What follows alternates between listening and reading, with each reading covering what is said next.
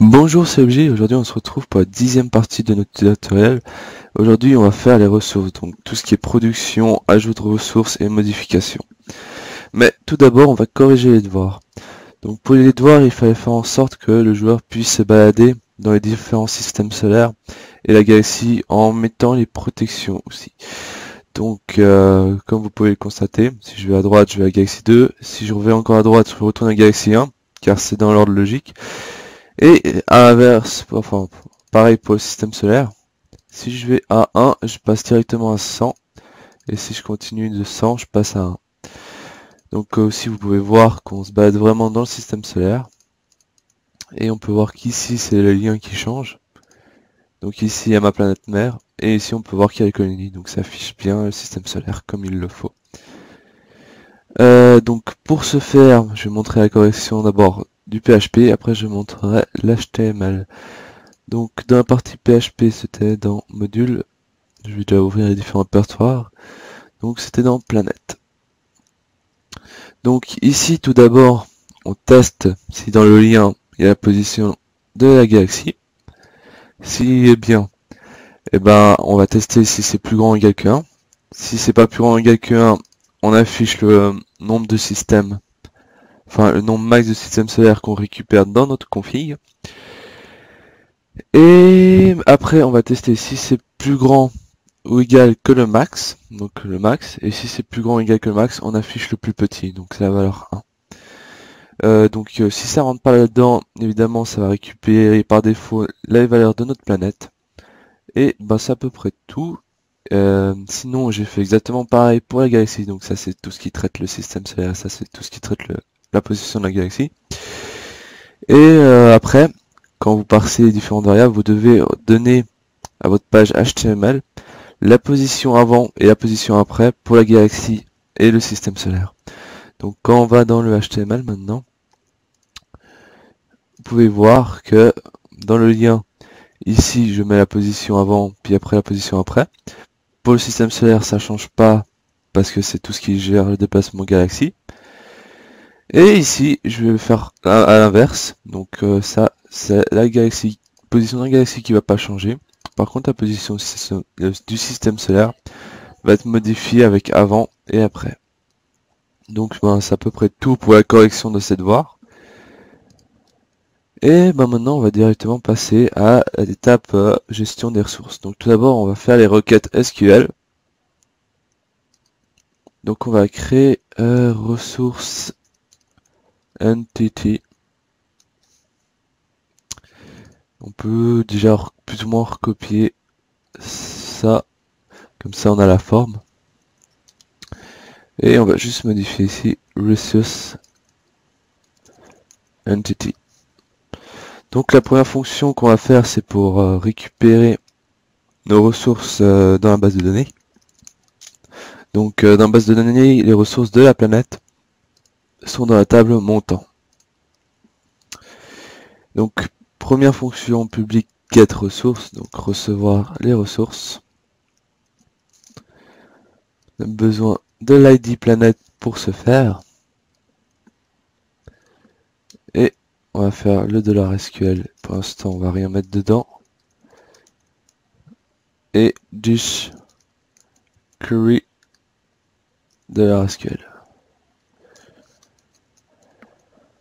Donc c'est un simple, pour l'instant c'est un select, où on va rejoindre deux tables. Dedans on aura besoin de la table montant et la table ressources pour récupérer le nom des ressources en fonction. Donc select all from planet. Joint montant on montant.id planète égale planète.id planète. Donc première table qui a été rejointe. Maintenant on va rejoindre la table ressources. Donc joint ressources on ressource.id ressources égale montant. Donc on a récupéré les ressources dans montant. Pour ça qu'on rejoint montant dedans.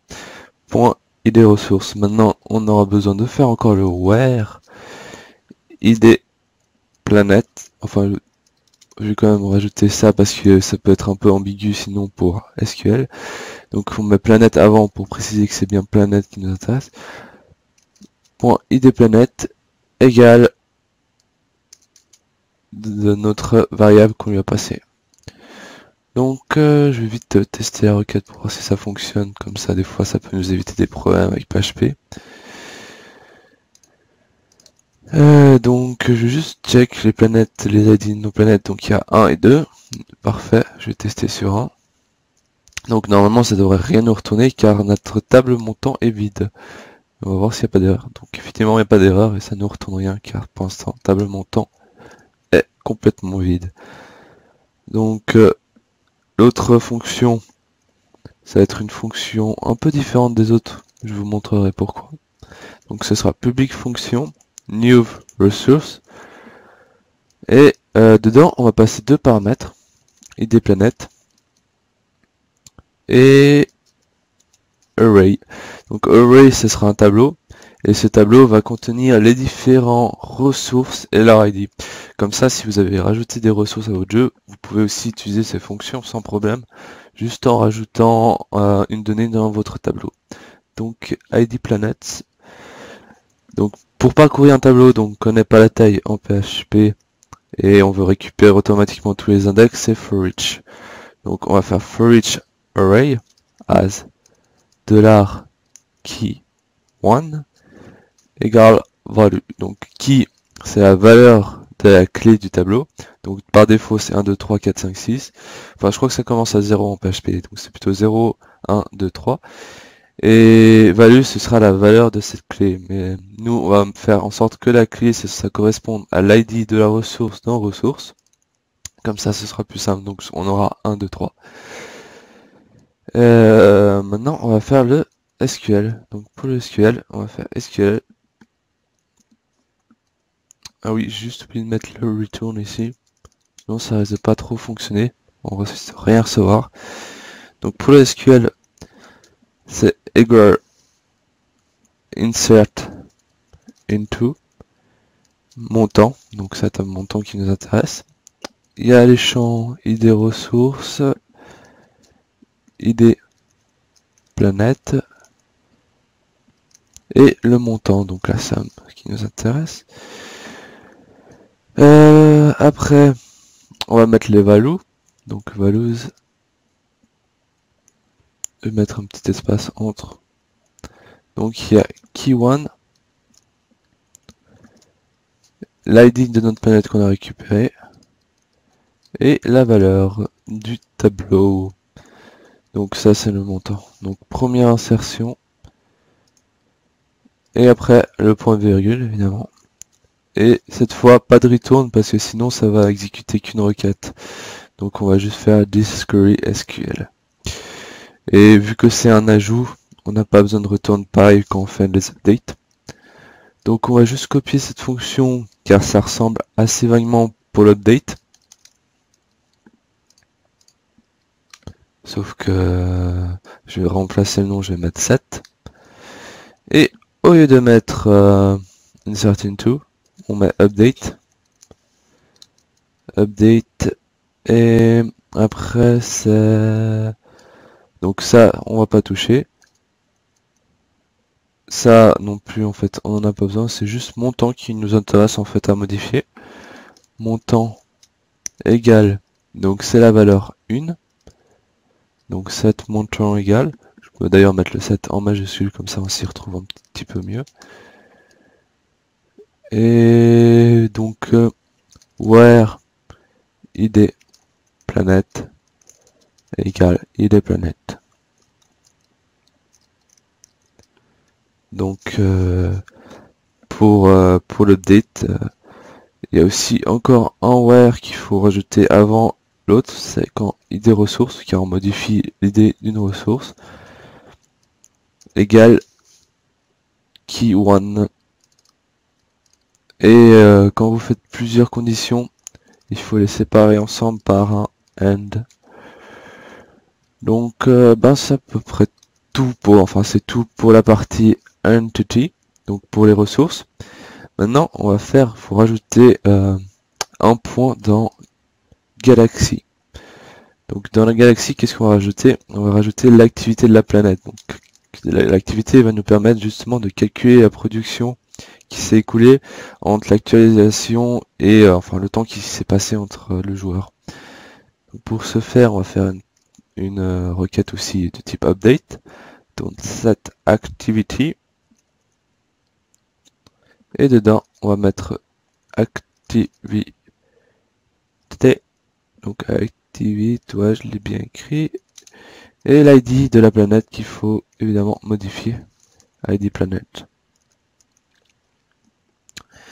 Dedans, bon là ici le retour ne gêne pas parce qu'il y en a qu'un, donc on peut le laisser.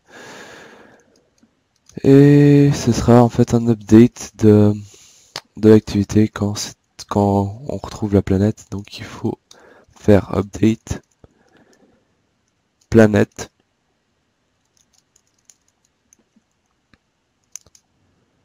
planète set activite égale activite, et après on met le where comme avant égale id planète. Et c'est tout pour tout ce qui est la partie SQL. On vient quasi, enfin je pense qu'on a déjà terminé. Donc maintenant on va créer aussi un nouveau module. Donc on va l'appeler aussi ressources module.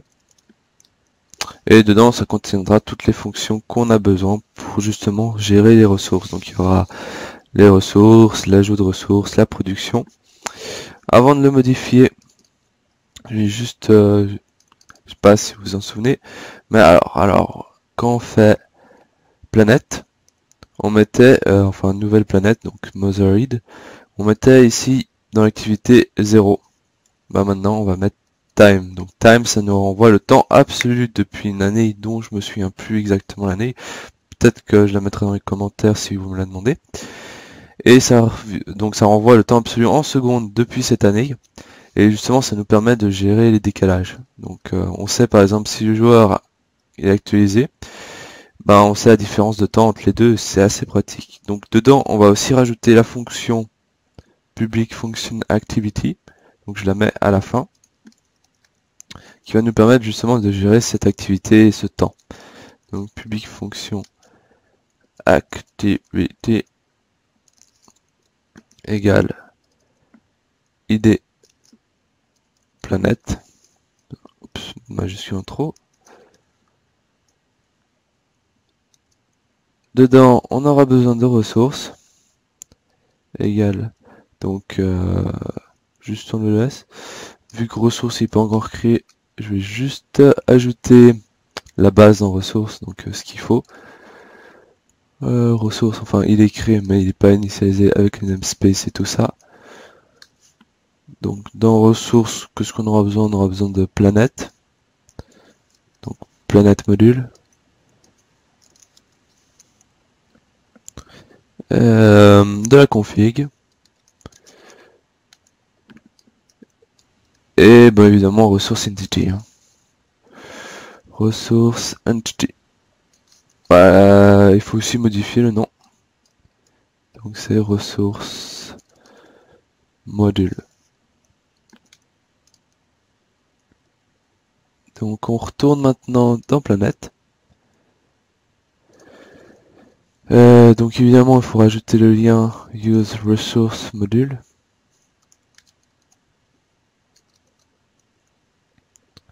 Donc ressource égale new. Pour l'instant il n'y a pas de fonction dedans, on le fera plus tard. Donc on va déjà juste le déclarer. Ah, je voulais rajouter les librairies, c'est pas pourquoi de temps en temps il aime bien. On aura besoin de Galaxy dedans.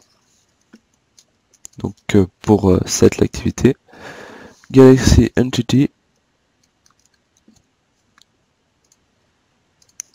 Et on va juste déjà pour l'instant juste faire Galaxy set activity. Dedans on remplace activity par time. Et il y a des planètes évidemment, il faut aussi remplacer. Donc cette fonction, on va l'appeler chaque fois qu'on appelle notre planète, donc quasiment tout le temps vu qu'on l'appelle dans le default contrôleur. Et dedans, on aura besoin de l'ID de la planète. Donc on va appeler, donc pour appeler en local c'est 10 activity. ID de la planète, pour trouver l'ID de la planète, on fait juste avec le tableau, ça marche, ça fonctionne bien. ID planète, tout simplement. Et normalement c'est bon, donc maintenant, même si on s'est pas inscrit, qu'on n'avait pas une activité, normalement sur notre planète, donc planète, il y a l'activité qui s'est mise à jour correctement. Donc pour cette planète, là c'était à 629. Et maintenant, je sais plus si je suis sur la planète 1 ou 2. Je vérifie quand même que la requête fonctionne. C'était avant 629, maintenant c'est 659. Donc chaque fois qu'on actualisera la page, donc quand le joueur est connecté et qu'il actualise la page, et ben ça va être modifié en fonction. Donc maintenant, on va faire justement la gestion de la production, donc ressources, etc. pour utiliser ce temps qui nous est bien utile pour justement calculer tout ce qui est production. Donc première fonction qu'on va créer, et c'est aussi un peu la plus importante, c'est ressources, tout simplement, qui nous permet de récupérer les ressources. Donc pour ce faire, on aura besoin de la planète. Donc on appelle planète new planète module. On aura besoin de ressources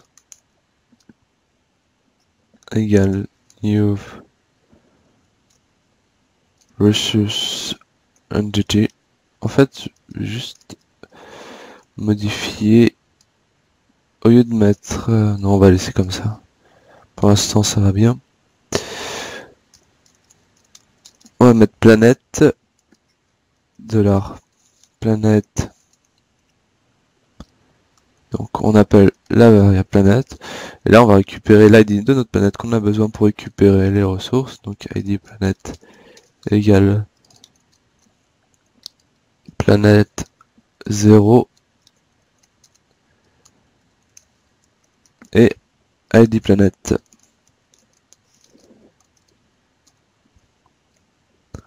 Maintenant on peut faire un return $resource et notre fameux get resource, on remplace juste ça par ID planète et c'est bon. On récupère les ressources de notre planète. Bon, pour l'instant, il n'y en a pas sur nos planètes. Du coup, ce que je vais faire, c'est que je vais recréer après un compte, une fois qu'on aura fait la fonction change resource. Donc, public fonction change resource. Donc, cette fonction, elle va nous permettre d'ajouter et en même temps de modifier les ressources. Donc, si elles n'existent pas, elle va s'occuper de les ajouter. Et à l'inverse, si elle existe déjà, elle va les modifier pour que ça change. Donc ça, c'est notre fameux tableau qu'on a déjà récupéré, enfin qu'on a déjà utilisé dans les requêtes SQL. Donc resource entity. Il y a notre get resource pour savoir si elle existe ou pas. Et dedans, j'ai juste oublié de mettre les paramètres. Donc pour ce faire, on aura besoin de l'ID de la planète. Et array.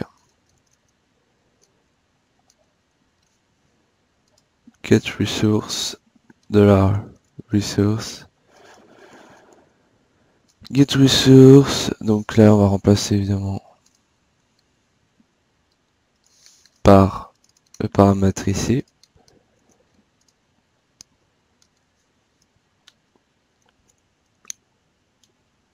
Maintenant on va faire un petit if, donc le fameux count pour savoir s'il y a quelque chose dans notre requête ou pas. On va faire plus grand que 0. Je vais jeter le get resource dedans.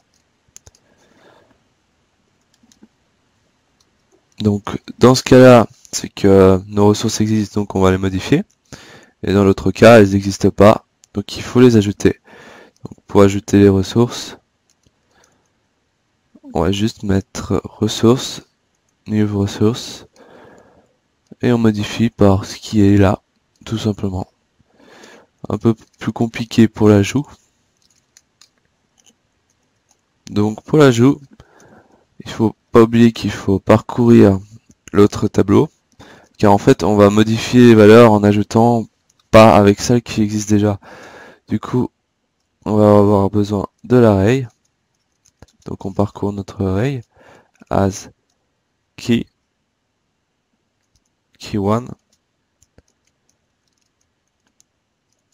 dollar value 1 et dollar array égale key 1 égale dollar array key 1. Donc là, je récupère la valeur de mon tableau qui est dans la clé et je vais l'additionner avec getResource. Donc le seul problème de getResource, enfin c'est pas vraiment un problème, mais l'index commence à 0 si je me souviens bien. Du coup, pour que ce soit compatible avec le tableau que nous on va l'envoyer, on va faire key -1. Donc key 1 -1, comme ça ce sera compatible. Donc là on additionne les deux tableaux, donc c'est vraiment une addition des deux tableaux, comme ça on a les valeurs d'avant plus les valeurs actuelles. Enfin les valeurs qu'on veut ajouter en le passant par la fonction. Et ben maintenant, une fois que le tableau est modifié, on peut faire quasiment pareil, sauf que c'est plus new, c'est set. Et voilà. Donc on modifie notre tableau, on lui envoie.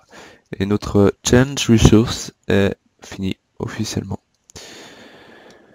Bon bah maintenant on va utiliser ce change resource, donc on en aura besoin dans player. Donc quand le joueur crée pour la première fois son compte, on va lui ajouter toutes les ressources. Donc c'est dans cette partie là. Donc on va avoir besoin d'utiliser use resource module.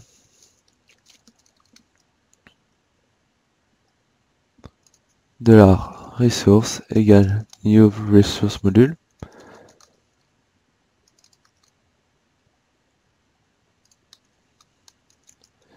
Change resource, donc on a besoin de l'ID planète et le tableau. Donc pour le tableau, on va juste faire entre trucs en parenthèse, on va mettre. Donc on se retrouve après une petite ellipse, j'ai juste retrouvé, c'est comme ça qu'on écrit, donc là c'est la valeur du métal, donc l'ID 1, 200, ça c'est pour le cristal et ça c'est pour le deuil, donc par défaut le joueur n'en a pas. Et voilà. Donc désolé pour cette petite ellipse, mais bon, ça arrive juste d'oublier un peu la structure de temps en temps. Donc on a aussi besoin de récupérer l'ID de la planète. Donc pour ce faire, on va rajouter ID planète dans Mother Earth. Et on va rajouter donc à la fonction, comme on avait fait une fois ça pour récupérer les valeurs. Et je vais peut-être pas la nommer pareil, parce que sinon ça va être embêtant. On va rajouter tout à la fin de cette fonction $. New planet. Et si jamais quand on fait CTRL clic gauche, ça permet d'ouvrir la fonction plus rapidement. Enfin, directement trouver la fonction. Et voilà. Enfin, faut mettre le $. Pardon. Comme cela. Donc ID planète. Et il faut encore le mettre ici. Comme ça on récupère. Parce qu'on a besoin de l'ID planète de la planète qui a été créée. Donc bah maintenant on va utiliser cette ID planète là. Bon en fait tu l'as déjà. Donc maintenant on va tester tout ça. Donc je vais juste vérifier si je l'ai bien fait partout. Donc c'est dans planète module, et des planètes, et new planet. Ça m'a l'air bon. On va tester, donc on peut supprimer notre compte. Donc avant de supprimer le compte, il faut supprimer les planètes. Et le joueur. Donc normalement ça va me déconnecter automatiquement. Voilà. Inscription.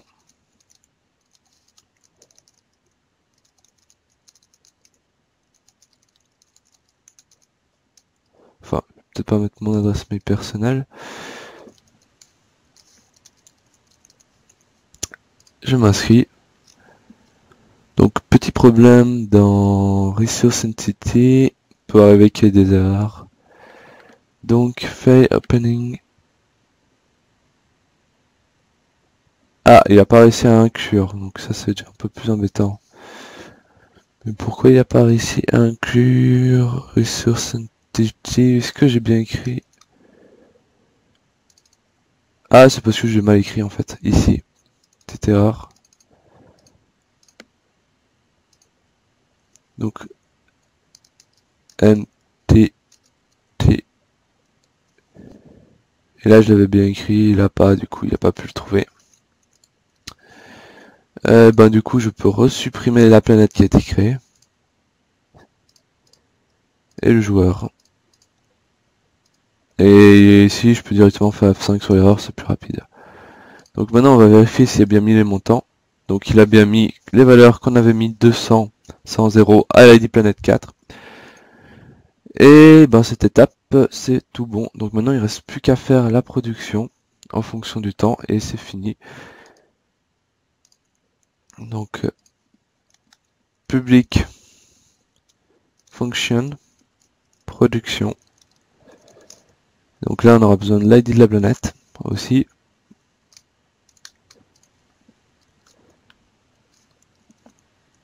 Donc on va créer un tableau.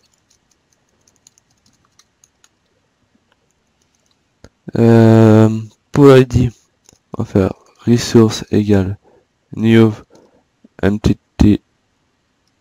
Enfin je vais faire resource entity, mais il m'a fait entity. Voilà. On va avoir besoin, je vais juste rester à la même ligne, de get resource.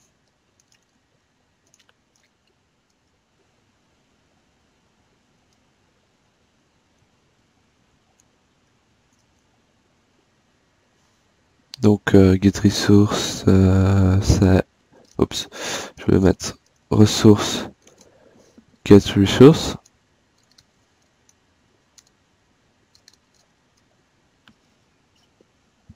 Maintenant on va faire le calcul du temps. Donc tout simplement pour le temps, on va prendre time égale le time actuel moins le temps qu'il y avait avant. Donc le tableau, et c'est la colonne activity de la planète.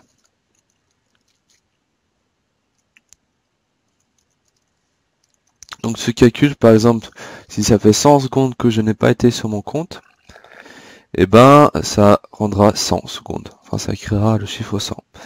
Donc maintenant on va faire les trois calculs des différentes ressources. Donc là on est vraiment obligé de les faire chacun. Donc array 1, donc ça c'est pour la ressource 1 métal. Donc par défaut c'est 60. On va juste rajouter quelque chose dans la configuration qu'on va appeler constante global speed. Pour montrer, pour le tutoriel, je vais mettre à 100. Par défaut, vous pouvez laisser à 1. Ça, sinon c'est un peu trop lent pour vous montrer la progression des ressources. Config global speed divisé par 3600, donc ça c'est le nombre de secondes qu'il y a dans une heure, fois time, c'est la variable qu'on a récupérée, donc c'est le nombre de secondes qu'on a passé.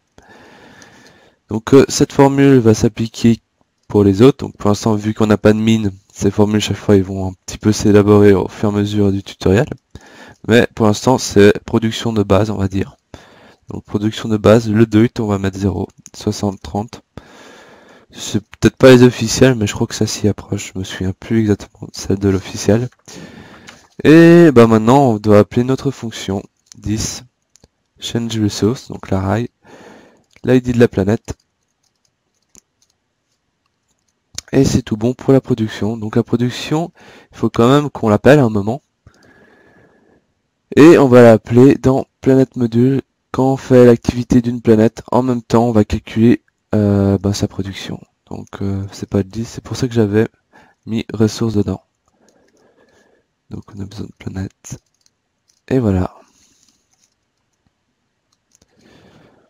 Donc ce qui serait intéressant quand même de faire, c'est l'affichage des ressources. Donc on va dans défaut contrôleur, comme ça on n'a pas besoin d'aller dans la base de données.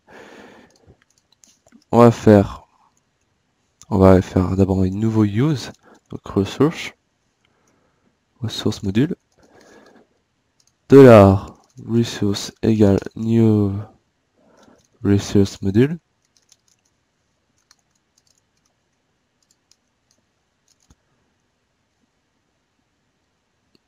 Donc on va appeler ressources tout simplement, et on va mettre ça dans un tableau qu'on va appeler ressources aussi.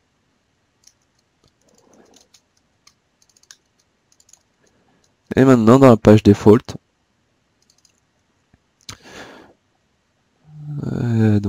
j'avais créé un endroit, quelque chose qui s'appelait ressources, faut juste que je retrouve, voilà, ressources.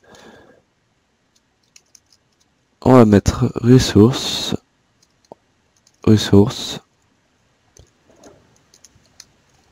dedans non resource, et le montant, ça peut être sympa de savoir aussi. Et ça on peut mettre en gras. Et mettre un petit 2 points entre les deux. Donc je vais me connecter. Donc enfin, corriger les erreurs. Donc pour l'instant, moi c'est vrai que ça fait un petit peu de métal et un petit peu de cristal. Donc ça c'est les valeurs maximum. Donc je pense qu'il doit y avoir un petit souci avec donc ligne 39. On va voir ce qui se passe à ligne 39. Ressources module. Donc la ligne 39. Ah oui, effectivement. Ça pose problème si ça n'existe pas. On peut pas vraiment choper l'activité et un temps moins un autre temps inconnu. Ah, c'est vite problématique. Hein. Donc on va juste modifier le montant, on va tout remettre à 0. Exécuter.